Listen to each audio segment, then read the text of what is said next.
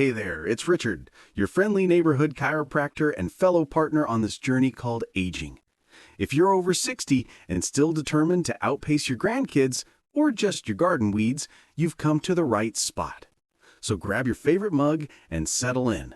Today, I've got something special just for you. You ever notice how, after 60, your body starts speaking a language only you and every other senior in your community center can understand? You may not recognize half the new pop songs on the radio, but you sure recognize the sound of your knees when you stand up. There's a particular creak that only appears after a certain number of birthdays, and trust me, I've earned mine. For me, mornings are an adventure. No alarm clock needed. My ankles let me know it's dawn as soon as I roll out of bed. Nowadays, it's not a question of whether something's gonna pop. It's which joint will greet me first. But I'm not here to grumble. I consider it a symphony. The orchestra of aging, as my old friend Marge calls it. Now, about Marge, you'll hear a lot about her today. Marge and I have known each other since grade school, back when our biggest worry was climbing the rope in gym class. She was the only kid who'd drop her apple slices and leave them for the birds, while I was the one trading my carrot sticks for an extra cookie. We both ended up obsessed with health, for opposite reasons. She wanted to stay strong enough to outrun her grandkids. I wanted to sneak in another decade of pickleball before my hips intervened. One crisp autumn day, not so long ago, the two of us found ourselves on the Old Town walking path, the one that loops by the river and under those famous maple trees. It's a place for stories, and on this day, ours would take a twist neither of us expected. As we strolled, I noticed something odd. Marge, usually the pace setter, was lagging behind.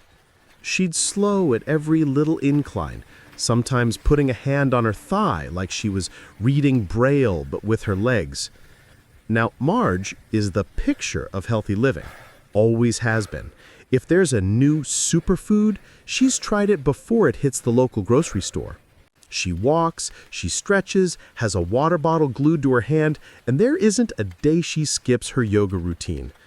But here she was, wheezing and wincing, pausing at every squirrel crossing. "You all right?" I said, keeping my tone light. "We're halfway to the bench, Marge. Don't tell me you're gonna let me win today." She shot me a look, half amusement, half stubbornness. "It's these legs, Richard. They feel heavy, like someone filled my calves with wet sand." She gave her shin a little rub. "I eat right, I move, I do all the things they tell us, but every week the steps get steeper, and getting out of my chair takes another 2 seconds." I could relate.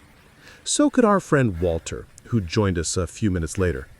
Walter, bless him, is the poster child for doing things correctly.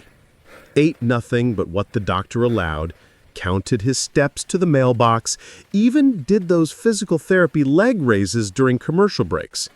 He'd been battling more than just television reruns. His knees had a commentary all their own. We ended up on a bench, the three of us, the walking wounded, sharing stories like badges of honor.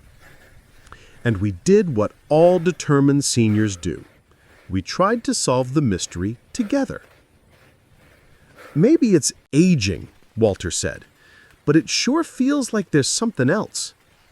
"I wonder," Marge mused, "if it's not just what we're not doing, but something we're already doing." She looked into her little snack container, bright with cut fruit. It dawned on me right then. I'd been reading a slew of studies about nutrition for seniors, how some foods that serve us well for decades quietly start working against us as our bodies change. I'd seen it in my own practice as a chiropractor, too. Folks would come in frustrated.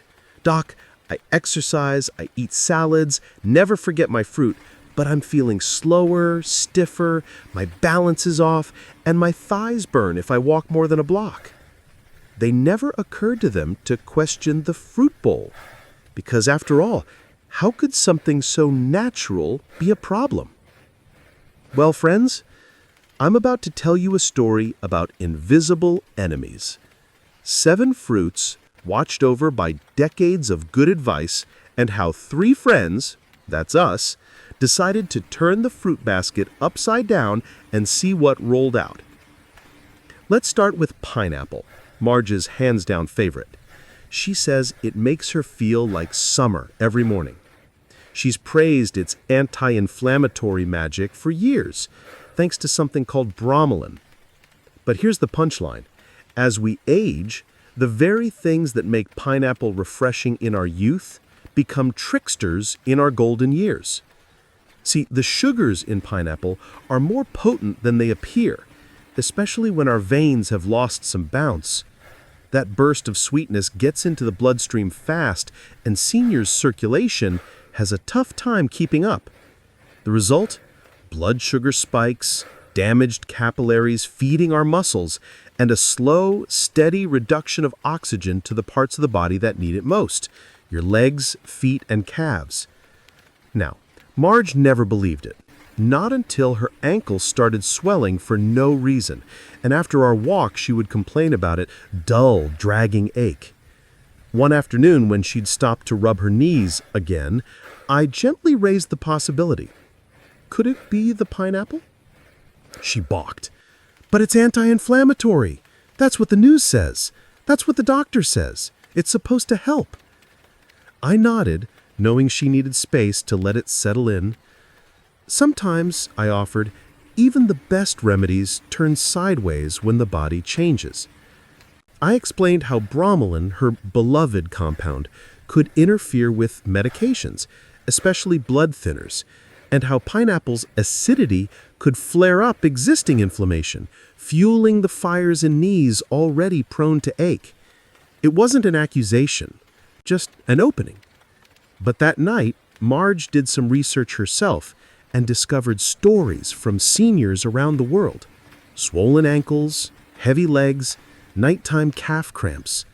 Pineapple was supposed to heal, but for many, it was becoming the silent culprit.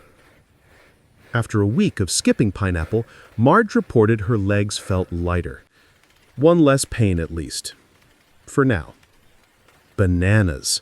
Oh, bananas, Walter's signature snack. He believed, as most do, that potassium would keep his muscles cramp-free and his heart happy.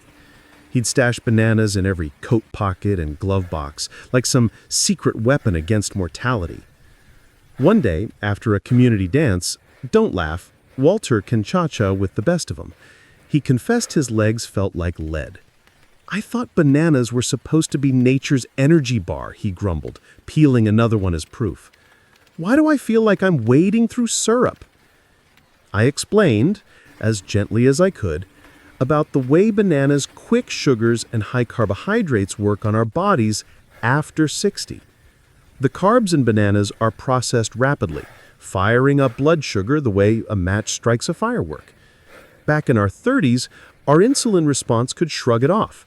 But now, our blood sugar seesaws, and every spike chips away at the stability in our legs, especially when paired with age-related insulin resistance.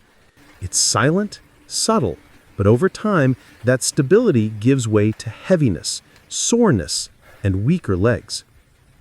Walter was skeptical until he did an experiment. For 2 weeks, he replaced his daily banana with a handful of walnuts and a small apple. The difference stunned him. Morning stiffness shrank, the swelling eased, and even the stairs at the rec center felt less formidable. Grapes. Ah, grapes. Small, innocent, and at least for our friend Frances, completely safe. Frances has what she calls a fruit tooth, which is like a sweet tooth but for anything that grows on a vine. She'd pop grapes like popcorn during bridge games. But then she started waking up with odd, piercing pain in her big toe, a textbook sign for excess uric acid, the main culprit in gout. I connected the dots.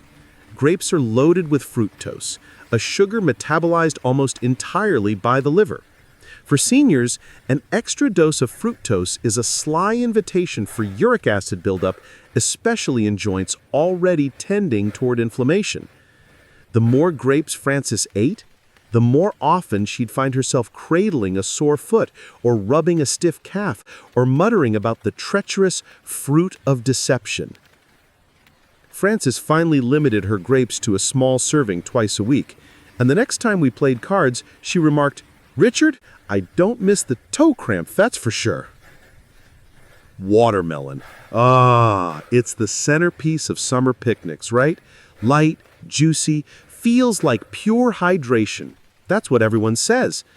My niece Ivy would slice watermelon into thick, juicy wedges for every family barbecue, and Marge would help herself, content that she was making the healthy choice. Except, even water can drown you with enough of it, right? Watermelon's glycemic index is through the roof, which means it shoots sugar into your bloodstream faster than most candy bars. I noticed it myself last 4th of July. After a watermelon feast, my legs felt heavy, a weird tightness settling in my calves. The next morning, I asked my breakfast crew if anyone else felt the same. It turns out. Well, my friend, that's it for today. If you enjoyed my rambling, go ahead and hit that like button. Until next time, take care, stay moving, and keep smiling.